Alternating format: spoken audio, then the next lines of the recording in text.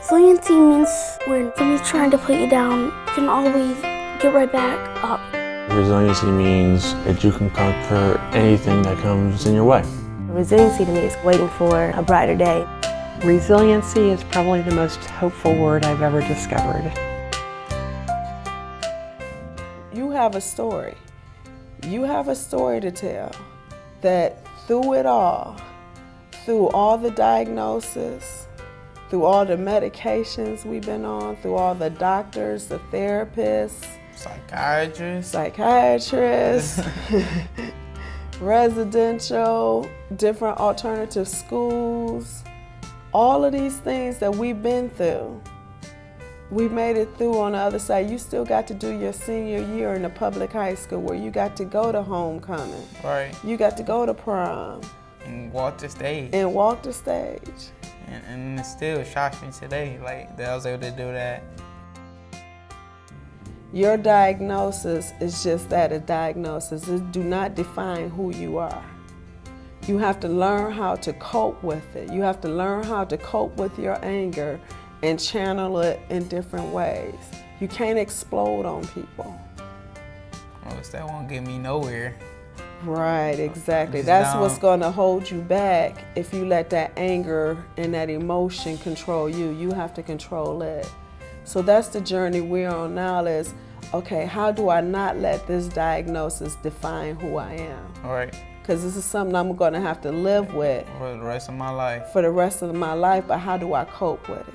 You gotta learn how to cope and become more aware of with your stress points and with your anger level, whatever. Like, because I'm still trying to learn. I know my triggers, whatever, but I'm still trying to cope with, like, when I get stressed out, that also makes me kind of frustrated, whatever.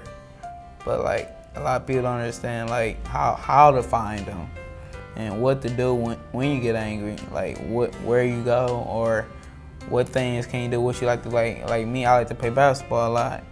You got to build your support network. We've always had somebody extra in our lives. You must admit that on our journey together, we haven't been alone. Right. And it's that support network that helps you get through. When you feeling that it's only you and that the world is against you, that makes it worse. God always sends somebody to help us. Even at your graduation, one of my old co-workers come, and I haven't been at this organization for the past 7 years. And he actually came because during that time when I was at that organization, he came and took you places. He took you on church retreats. He took you to the movies. Everywhere. And so you can have that time with a positive male role model. And he was so happy and thrilled when he got the invitation that you was graduating. He said he wouldn't miss that for the world. Your grandmother, my mother, has been our rock. Yeah, grandma, she's been a big help. Like, when the money was tight, she was there. Like, just emotional. When I'm fed up, whose house did you go over? Granny's. You spend the weekend at Granny. Let me get balanced again. Yeah, and like a lot of people don't have like a person like her, like our grandma. I mean, but she kept us together as a family. Remember, she stressed that we are a family. We got and when one person hurt in the family, the whole family hurts. That's today.